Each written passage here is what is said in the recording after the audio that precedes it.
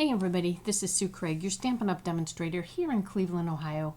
And today I have an easel card for you. I want you to take a look at what we have.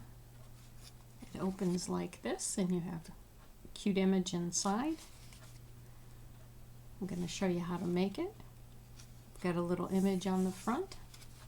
We've added some ribbon and some texture by using an embossing folder. Let me show you what you need.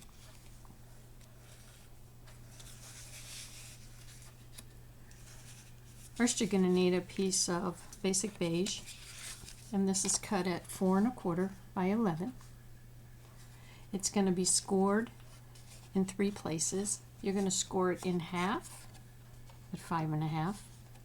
You're going to score it at 4 1/4, and then you're going to score it at 2 1/8. We're going to be folding that to make our card. The next thing you're going to need is a piece of beige paper, and this is 3 1/4 by 4 1/4. All the measurements will be in the information below in the video for you. The next thing is 2 pieces that I have embossed with the Fern embossing folder. They are 1 by 4 1/4. You're going to need 2 pieces of 3 by 4 white paper. One of them is for the image, and you can see I've already stamped, colored, and cut out the image. The other one is for the inside. I've stamped the coffee cups and the croissants and colored them as well. The next thing you're going to need is a piece of designer series paper, and this is Thoughtful Journey. This is one of my favorites. I love it because of the scenes, but it also has beautiful paper on the reverse side.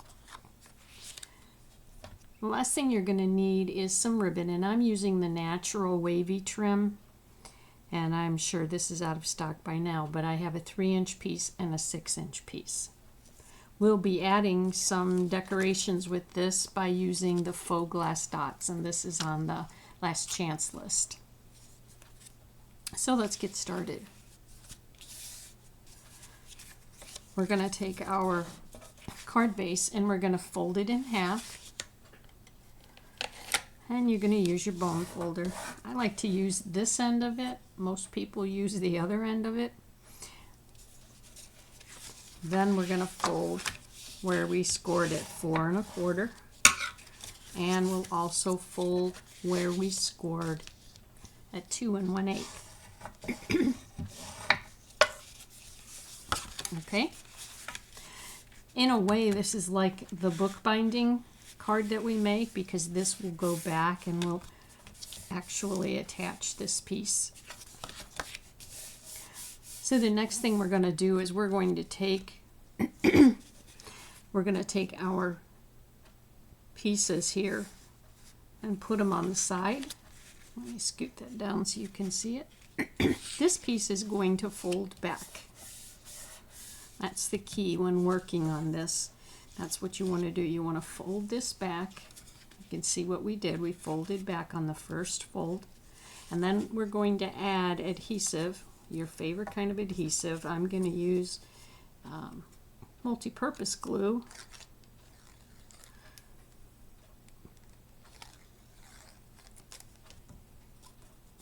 And we cut this to 4 1/4 inches, so it's going top to bottom. So the only thing you have to worry about is centering it side to side.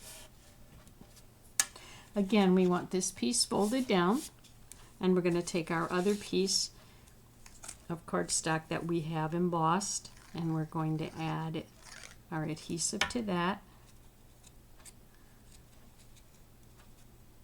And put that on the card base. Again, it's going to go top to bottom, and we scoot it over just a little bit. What I want to do next is to add my ribbon. In order to do that, I just put adhesive or glue dots on the end. So I'm going to open this up, and I'm going to lay this on top of the area that I have just embossed, and covered. You don't need that much. You're just going to fold that over, and you can see I just need a little bit to catch on the back here. And then what I'm going to do is take my double-sided tape, and this will help the whole thing to stay. I'm going to put it on the ribbon itself. And one thing that I learned is the more that you push down on this, the easier it is to release it. And I use my Take Your Pick tool, and I just poke it a little bit sideways like this, and then lift it up. And you can see it easily peels up.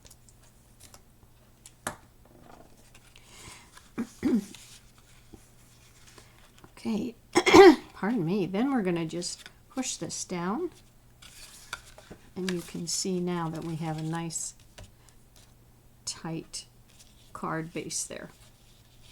I'm just going to take my 3-inch piece now, and I'm just going to pull, and I think this makes the nicest, just natural kind of decoration for this card.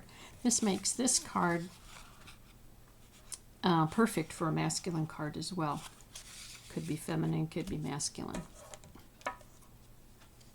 All right, so what we're going to do now is we're going to take our designer paper and we're going to attach it to our piece of Basic Beige, and you can see that it goes top to bottom.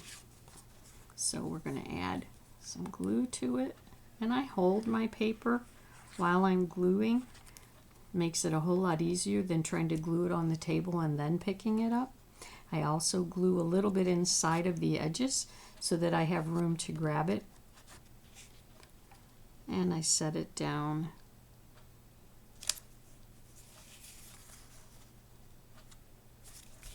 And push. Sometimes I'll flip it over so that I'm not moving the image that I have just attached.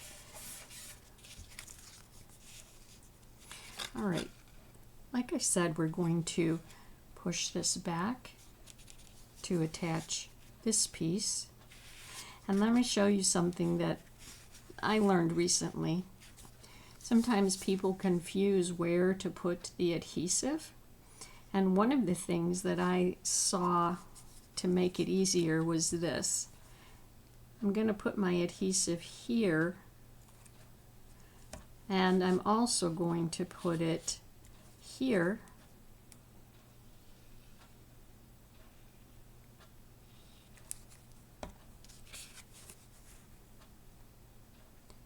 It's easier to do it that way, that then people don't have to try to figure out how much of this Basic Beige piece needs to be covered.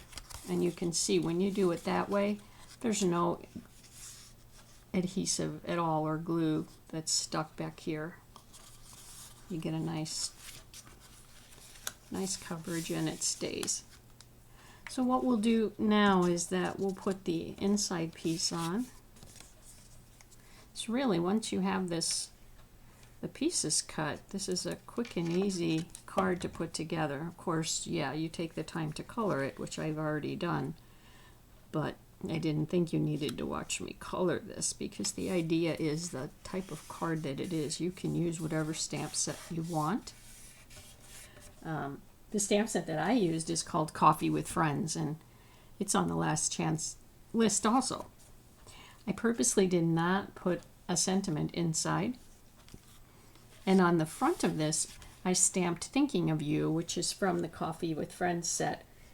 And I wanted it to be small so that it didn't take away from the scene here or the scene with my sweet lady. In order to make this stand out a little bit more, I wanted to add some dimension to it. So I'm going to add dimensionals to the back here. It just makes her stand out a little bit more. And it makes it pop a little bit. Again, you can use your hands if you want, but I also like to use my Take Your Pick tool and I can pick up a few of these at a time and then just pull them off and throw them away. If you're like me, you have these things all over the house. You don't know how they get upstairs or in the bathtub or where they get, but they do. Maybe that way will help you not get them all over. All right, so now we have this flat as we're going to put the image on, and I just kind of looked at how far down could I put her and have her kind of naturally sitting. Now it looks like she's looking out from her porch, looking out to see, what's out there. The last thing I want to do is I want to add some gems to it. And I'll add these. No, I'm not going to add these gems. These are not the gems that I want.